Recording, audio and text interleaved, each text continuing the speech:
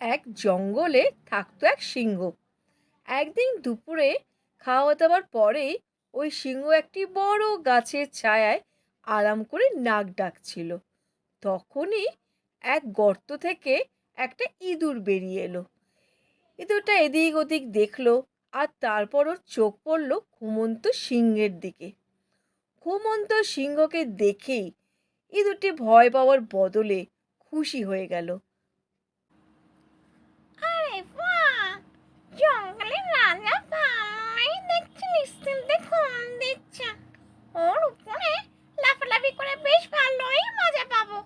আর তারপর আমার বন্ধুদেরকে বলবো আমি জঙ্গলের রাজার পিঠের উপরে খেলাধুলো করে আসছি। বেশ মজা হবে। ইঁদুরটা ওই ঘুমন্ত সিংহের উপর উঠে লাফালাফি শুরু করলো, আর এদিক ওদিক দৌড়তে লাগলো। লেজ দিয়ে পিঠের উপর দৌড়লো, আবার কখনো কেশর নিয়ে খেলা শুরু করলো। অনেক, আমার তো দারুণ মজা লাগছে। কি মজা পাচ্ছি, বাবা বাবা! আরো লাফাই আরো লাফাই, আমার বেশ ভালো লাগছে। সিংহ বেশ বড় করে একটা গর্জন দিল। আমার পিঠের উপর কে দৌড়াদৌড়ি করছিস, হ্যাঁ?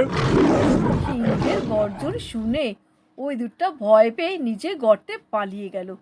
সিংহ এদিক ওদিক দেখলো, কিন্তু কাউকেই দেখতে পেল না। সিংহ আবার নাক ডেকে ঘুমোতে শুরু করলো।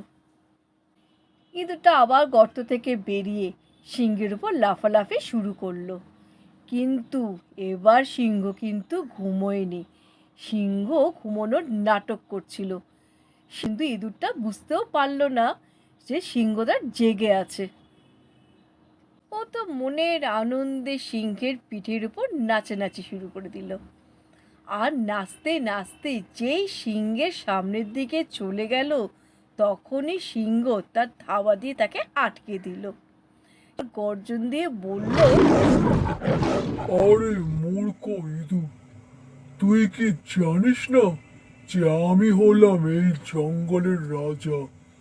তুই আমার ঘুম নষ্ট করেছিস, আর তার জন্য তোর একটাই শাস্তি হবে, আমি তোকে খেয়ে নেব।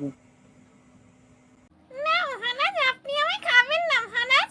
আমি একটি ছোট্ট ইঁদুর, আমাকে খেয়েও আপনার পেট ভরবে না। আমায় ক্ষমা করে দিন। কিন্তু তুই তো আমার ঘুম নষ্ট করেছিস। মহারাজ, আমার ভুল হয়ে গেছে। আমি আর কোনোদিন এরকম আর ভুল করব না। আপনি যদি আমায় ছেড়ে দেন, আমি আপনার উপকার কোনো দিনও ভুলবো না। আর একদিন না একদিন আমি আপনাকে সাহায্য করবই।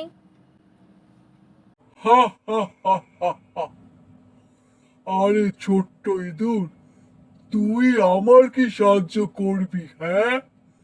তুই তো নিজেই এত ছোট, তোরই কারো সাহায্য না হলে চলবে না।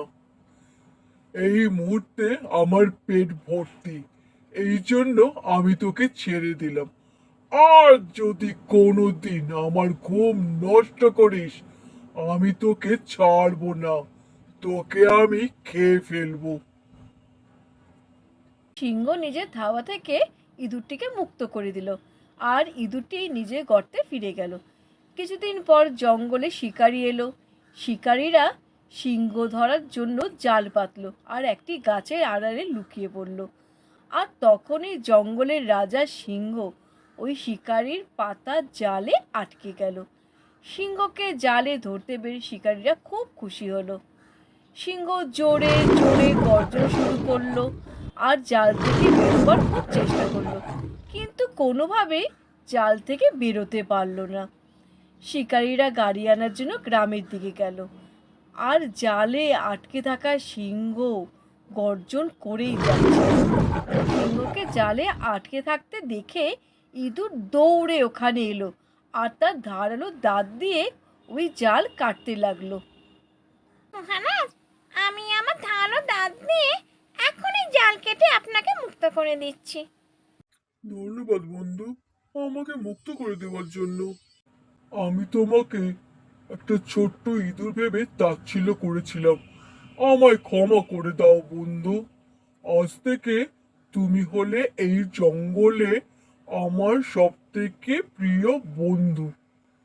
ধন্যবাদ মহারাজ, এটা আমার কর্তব্য ছিল।